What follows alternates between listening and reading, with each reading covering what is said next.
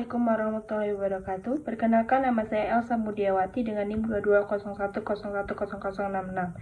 Saya berasal dari kelas 4A5 Manajemen. Di sini saya ingin menjawab dan menjelaskan soal nomor 1. Pengambilan keputusan strategis seringkali berhubungan dengan trade-off. Bagaimana konsep hubungan keduanya? Berikan penjelasan Anda sekomprehensif mungkin dan berikan contoh. Jawabannya yaitu pengambilan keputusan strategis seringkali melibatkan trade-off karena sumber daya yang terbatas seperti waktu, uang, dan tenaga.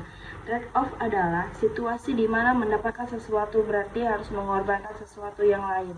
Dalam konteks strategi ini, berarti memilih satu opsi strategis biasanya berarti meningkatkan opsi lain yang mungkin juga menguntungkan. Contohnya seperti prioritas. Ketika membuat keputusan strategis, organisasi harus memprioritaskan tujuan dan sumber daya ini. Berarti bahwa beberapa inisiatif atau proyek mungkin harus ditunda atau dibatalkan untuk mengalokasikan sumber daya ke inisiatif yang lebih penting.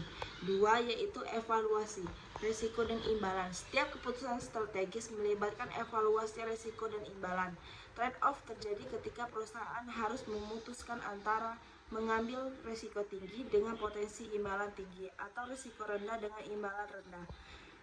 Juga dapat diberikan contoh sebagai optimalisasi sumber daya keputusan strategis. Memerlukan alokasi sumber daya yang optimal, trade-off membantu dalam menentukan cara terbaik untuk menggunakan sumber daya yang ada untuk mencapai tujuan jangka panjang perusahaan. Selanjutnya saya ingin menjelaskan soal nomor 2, yaitu dalam pandangan Industrial Organization menyatakan bahwa faktor eksternal lebih penting daripada faktor internal.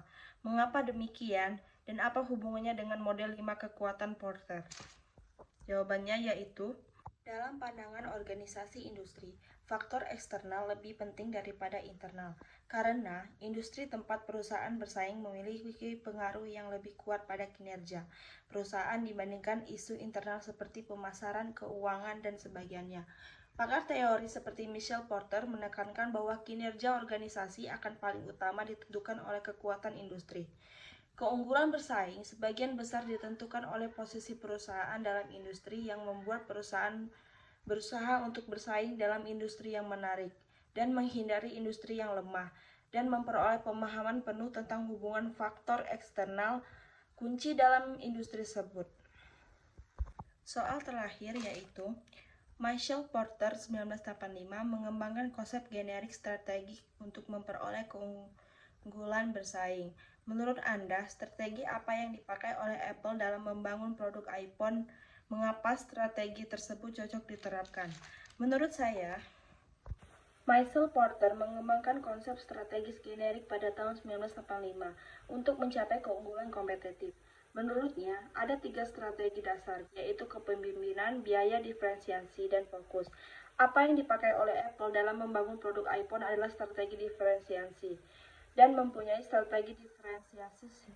Strategi ini dilakukan oleh Apple dengan membedakan iPhone dari produk lain di pasar dengan beberapa fitur unggulan seperti desain yang unik. iPhone memiliki desain yang elegan dan inovatif yang membuatnya berbeda dari produk lain. Alasan strategi ini cocok diterapkan yaitu harganya yang premium.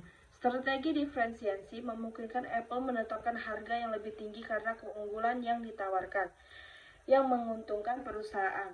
Loyalitas konsumen yang puas dengan iPhone cenderung menjadi loyal dan membeli produk berikutnya dari Apple yang meningkatkan keuntungan jangka panjang. Pengaruh perkembangan teknologi, strategi ini memungkinkan Apple harus berinovasi dan memperbarui produknya dengan fitur-fitur baru yang mempertahankan keunggulan diferensiasi. Strategi diferensiasi cocok diterapkan oleh Apple karena memungkinkan perusahaan untuk menetapkan harga yang lebih tinggi, mempertahankan loyalitas konsumen, dan terus berinovasi dalam memperbarui produknya. Mungkin itu saja yang bisa saya jelaskan. Saya akhiri. Wassalamualaikum warahmatullahi wabarakatuh.